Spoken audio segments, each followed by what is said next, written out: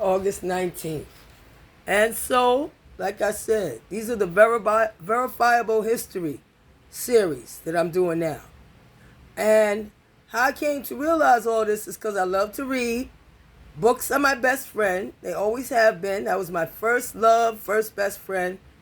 And, if I had to choose between people and books, I would choose books every time. With books, you can learn all you need to know about people anyway. I mean, not everything. You still need interpersonal interaction, in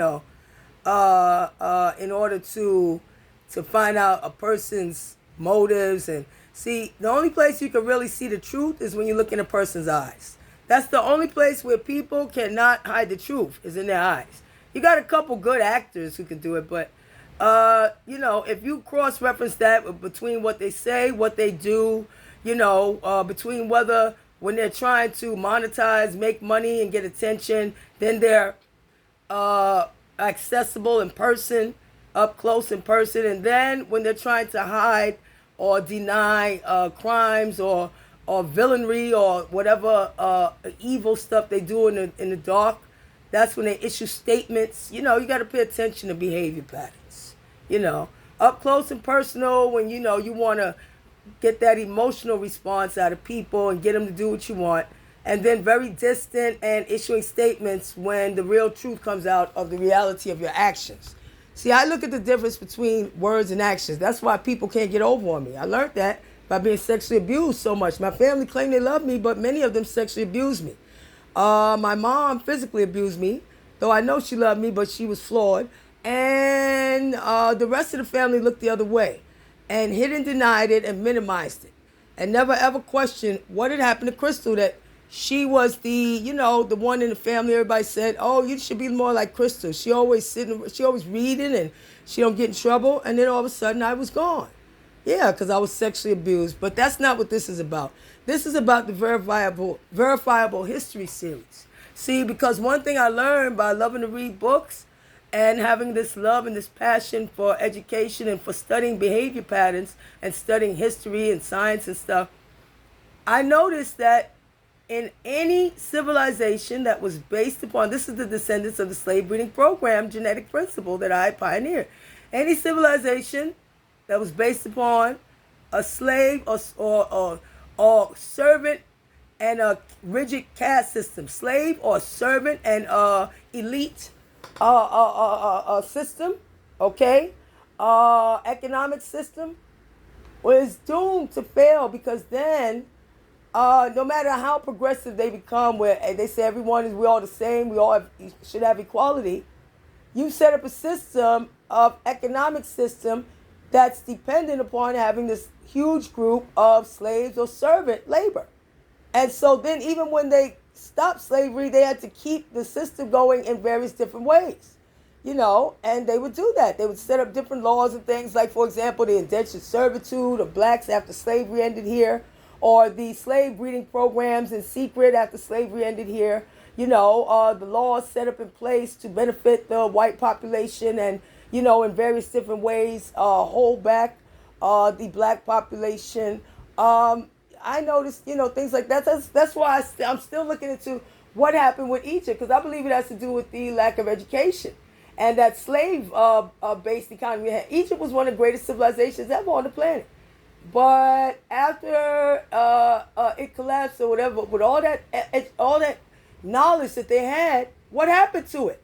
Now the Egyptians don't know anything about it. They talk, they got one or two who claim they're experts on it, but they still none of them are experts, because they can't replicate any of that. None of them have been able to, whether it's the Egyptians or whether it's anybody across the globe, nobody has been able to build a pyramid without all the high-tech equipment that we have now. So, no, they don't even know their own history. What happened to all that knowledge of how all that stuff was built? I think the lack of education and that keeping those uneducated slaves, depending on them slaves, that made the slave and all of those people with slaves and servants weaker, with the lack of education, lack of high-quality values, and no, nuclear family value system. And it made those in charge weaker too, because they were dependent on the slaves and servants to do everything. And when they had to do it all for themselves, they were resentful. So they didn't want to do all that hard work, so they set up systems in place to make it easy to keep black folks in those positions, or keep, the slaves and the servants in the positions, whether it was openly spoken of or whether it was just things that are done, banking practices, loan practices, home ownership practices, all kinds of things, low quality education. Thank God I didn't have that.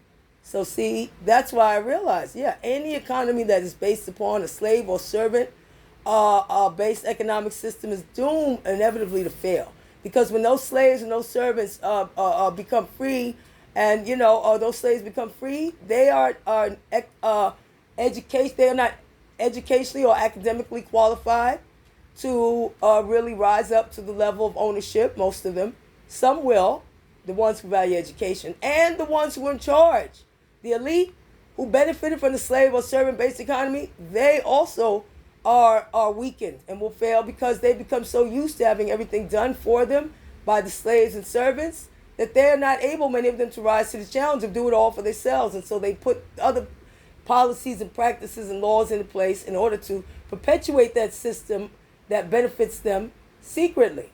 All these little things wind up keeping that servant or slave system in play, though it's not open. It's, kind of undercover.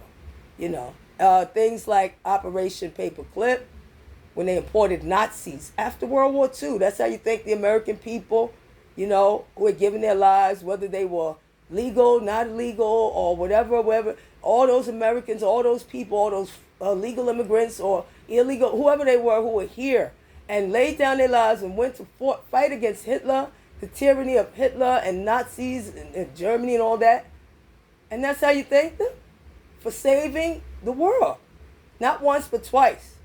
By secretly importing. That's what our leaders did, secretly imported Nazis here, the Nazi scientists. But they divided them up between Russia and us. I don't know if Britain got some. I know we got some here, America, and Russia got some. Because they wanted the Nazi technology. That was the most high-tech technology at that time. And so for Nazi technology, which is mostly based war technology and science technology, experimentation on people technology, they imported them here secretly, gave them new covers, identities, and put them in positions of power in government like NASA, and all kinds of places. Look it up. And when they died, they covered up that they came here as Nazis. And just talked about all the great things they did for the U.S. government. You better take a look. Our government is just as corrupt as others. They just, can't get to do as much as they want because we have the Constitution and the Bill of Rights in place. And the right to defend ourselves and freedom of speech. They're trying very hard to take that, though, and to corrupt they're trying to corrupt the Supreme Court by packing it. Well, we can't get the results we want, then we'll just add more justices on who'll do what we want. Nah. Our system is being poisoned by all of this. And a lot of y'all are contributing to that poison, and I'm going to reveal it. And I don't care who don't like it. My black people, my family, the Americans, or foreigners, or anybody in between. Welcome to the world of crystal clear eyes. Crystal Storms has been born. Landing on you all. I'm not living in the houses of secrets and lies with y'all. When I go, my conscience will be clear that I told the truth about all of this shit that y'all have burdened me with. I only have to go and answer for my own self to God. I'm not going to God without carrying all this for y'all. Too damn bad. Thank God I got that high quality education. It is what it is. Everybody's going to be offended. And you know what I say? If you're offended by me talking about it, why is it okay that it happened? Why is it not changed? It's still going on. I'm just not supposed to talk. It's okay that it went on and continues to go on. It's just not okay when I talk about it because it makes you feel bad, Miss me with the bullshit. You're hurting my people, black people, and American people. All colors and races, including the white folks, who I never thought I'd have to speak up for them, but I do. So, it is what it is.